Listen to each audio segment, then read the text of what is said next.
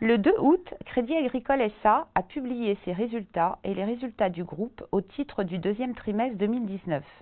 Jérôme Grivet, bonjour. Bonjour. Quels sont pour vous les éléments marquants de ce deuxième trimestre?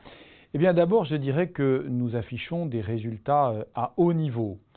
Sur le trimestre, le résultat de Crédit Agricole SA s'établit à environ 1,2 milliard d'euros, alors que celui du groupe s'établit à 1,8 milliard d'euros.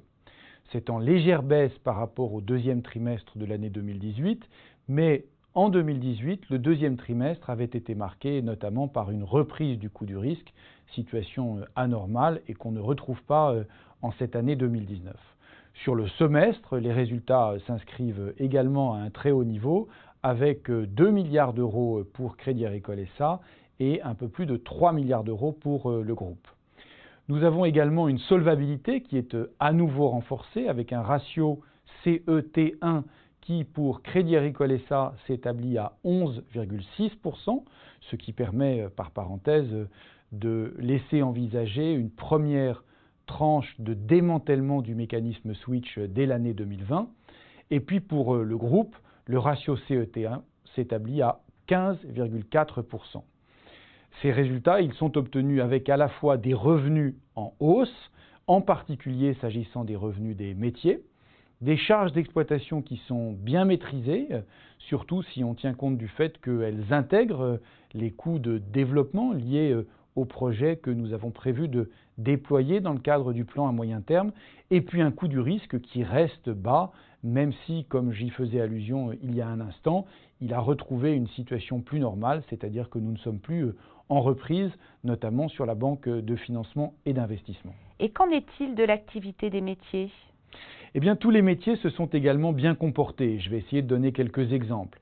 S'agissant d'abord du pôle gestion de l'épargne et de l'assurance, en asset management, les encours sont au plus haut et le coefficient d'exploitation figure toujours parmi les meilleurs de la profession. En assurance, nous progressons à la fois en assurance vie et en assurance dommages, où nous gagnons des parts de marché.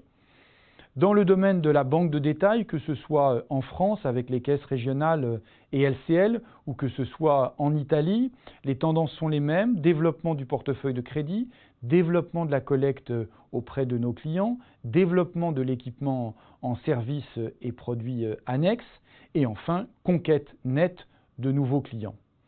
Dans les services financiers spécialisés, un bon niveau de production de nouveaux crédits et de nouveaux financements, en particulier liés au très bon comportement de nos joint ventures de financement automobile.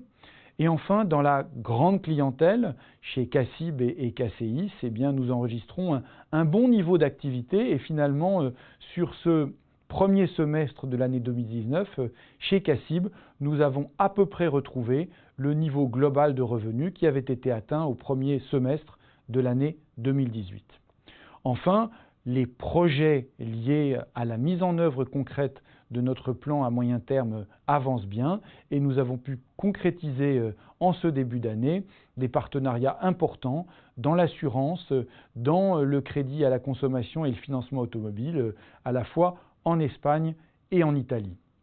Je terminerai en disant que nous avons à nouveau développé nos activités dans le domaine de ce qu'on appelle la finance verte, en adéquation avec une des priorités que nous nous sommes données dans le plan à moyen terme.